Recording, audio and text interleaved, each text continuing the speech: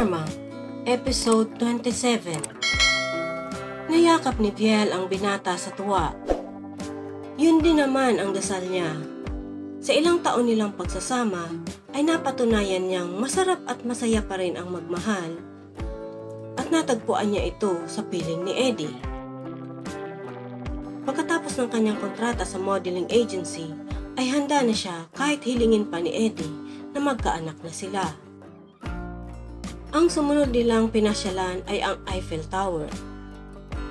Pinili ni Viel na huwag silang gagamit ng elevator dahil mas may thrill daw kung magagawa nilang akyatin ang mahigit 600 baitang ng hagdan. Subalit, nakailang baitang pa lang ay napakapit na sa braso ni Eddie ang dalaga. "Babe, hindi ko yata kayang umakyat." Namamaos na wika ni Viel. Tumalikod si Eddie at iniatang ang kanyang likod. "Kumapit ka sa balikat ko, kakargahin na lang kita," wika niya. "Babe, mabigat ako." Nag-alangan si Viel na sundin ang binata.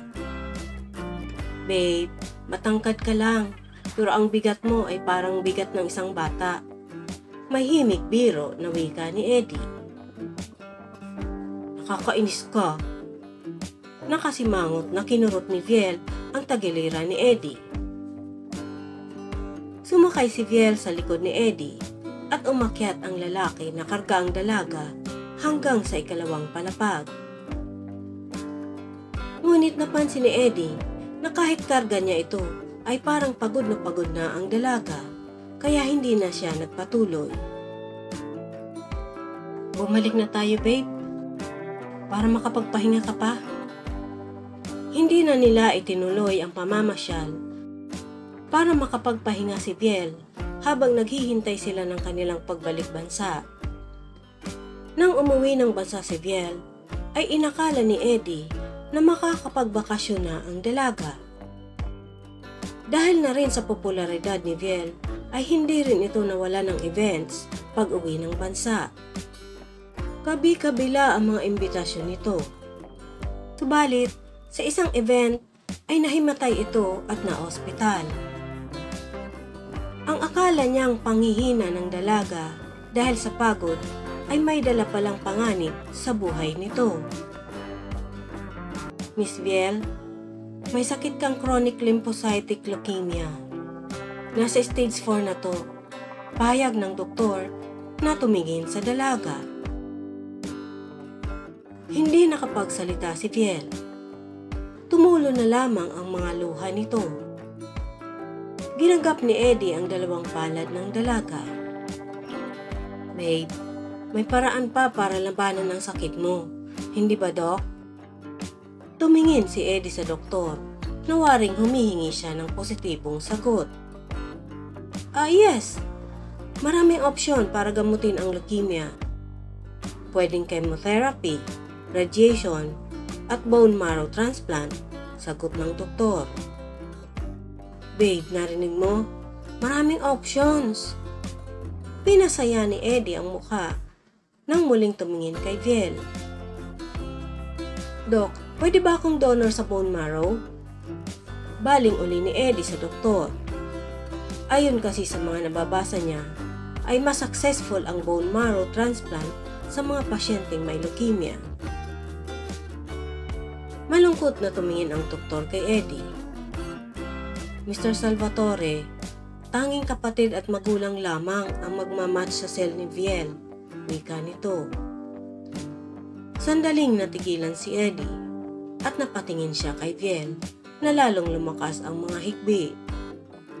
Ulila na nga pala ang dalaga at wala itong kapatid at kamag-anak. Muli niyang kinausap ang doktor. "So, anong pinakamainam na gawin, Doc?" "Don't worry, Viel. May options pa tayong chemotherapy or radiation," wika ng doktor na direktang nakatingin sa dalaga. Mahigpit na pinisil ni Eddie ang dalawang palad ng dalaga. "Viel, makakasurvive ka sa chemo. Kaya mo yan." Binibigyan ni Eddie ng lakas ng loob ang kasintahan.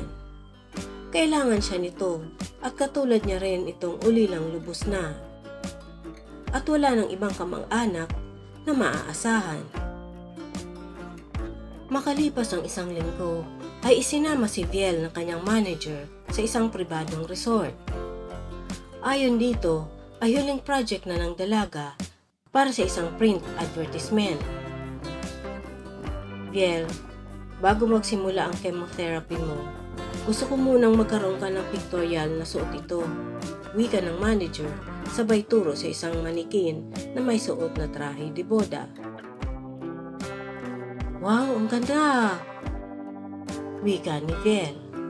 Napakaganda ng trahe de boda.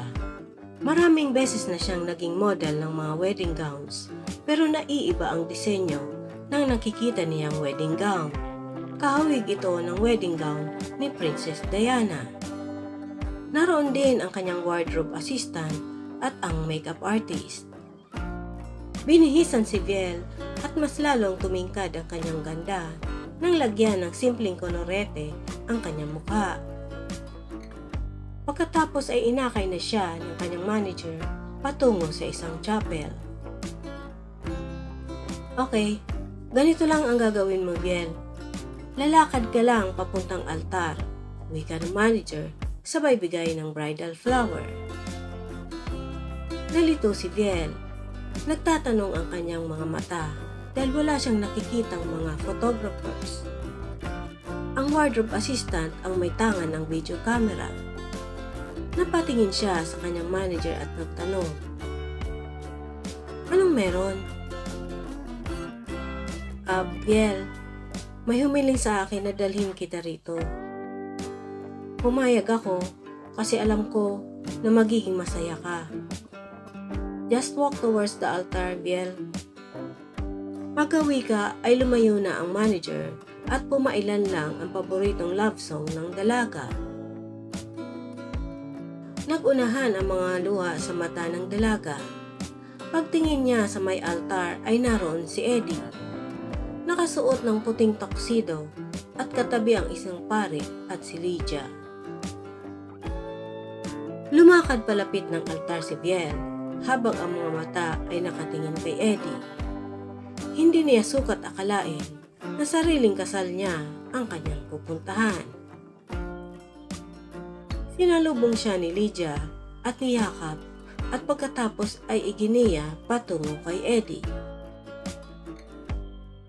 Nakatayo at nakangiti si Viel habang pinoproseso ng kanyang utak ang mga nangyayari. Lumuhod si Eddie sa kanyang harapan at binuksan ang isang maliit na kahon ng singsing. "Viel, my love, can you be my wife?" Tanong nito. "Yes, my love." Lumuluhang sagot ng dalaga. Isa lang ang nakikita niya sa mga mata ni Eddie, pagmamahal. At nais niyang suklian ang pagmamahal na iyon habang nabubuhay siya. Tumayo si Eddie at inakay sa harap ng pari si Viel. "Pumayag na po siya, Father," nakangiting wika ng binata. Pagkalipas nga ng kalahating oras, ay isinangganap na Mrs. Salvatore si Viel. Sa penthouse na tinitirhan ni Viel, umuwi ang bagong kasal. Anong iniisip ng aking asawa?" Masayang tinapihan ni Eddie si Viel at niyakap ito. "Eddie, tama bang nagpakasal tayo?" Malungkot na tanong ni Viel. "Love, plano naman natin na to, di ba? Inagahan lang natin," sagot ni Eddie. Kasi, hindi na itinuloy ni Viel ang sasabihin. Nasa isip niya ang pag-aalala. Nalulungkot siya para kay Eddie dahil matatali ito sa responsibilidad sa pag-aalaga sa kanya pag dumating ang araw na hindi na niya kayang kumilos mag-isa. "Viel, mahal na mahal kita. Narito ako bilang asawa mo at lakas mo. Hindi kita pababayaan." Isinandal ni Eddie ang ulo ng asawa sa kanyang dibdib at hinalikan ito sa noo. Handa Handa siyang samahan ito hanggang sa huling araw na ibibigay ng Diyos para mabuhay ito. Eddie, unti-unti na akong nangihina. Darating ang panahon na hindi ko na maibibigay sa iyo ang pangangailangan mo. Malungkot na wika ni Viel habang nakayakap sa braso ng asawa. Alam ni Eddie kung ano ang ibig sabihin ng asawa. Love, hindi kita pinakasalan para obligahin ka sa bagay na yon. Mahal kita. Aalagaan kita hanggang sa gumaling ka. I love you, Mrs. Salvatore. Muling humalik si Eddie sa ulo ng asawa. Umiyak na si Viel at mahigpit na yumakap sa asawa. Sa loob ng mahigit 2 taon ay nakilala niya ang tunay na Eddie at kung gaano siya nito kamahal.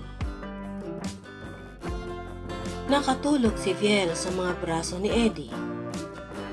Kinarga ni Eddie ang asawa at inihiga sa kama. Hindi man lang naalimpungatan si Viel. Inisip ni Eddie na maaaring dahil sa mga iniinom nitong mga gamot. Hinalikan niya ito ng mabilis sa labi at humiga na sa tabi nito. Tumulo ang mga luha ni Eddie. Ang bigat ng dibdib niya. Ang pangarap niya ay makasama ng matagal si Viel, pero nakatakda itong mawala sa kanya. Bakit lahat yata ng kamalasan ay napunta na sa kanya? Lahat ng mga minahal niya ay nawawala. Bumangon si Eddie at nagdasal. Hindi siya pala simbang tao, pero ipinagdasal niya na gumaling ang asawa at makasama niya ito ng matagal. Kahit tinapat na siya ng doktor na terminal ang sakit nito. May pag-asa pa kayang gumaling si Viel? Abangan sa susunod na kabanata.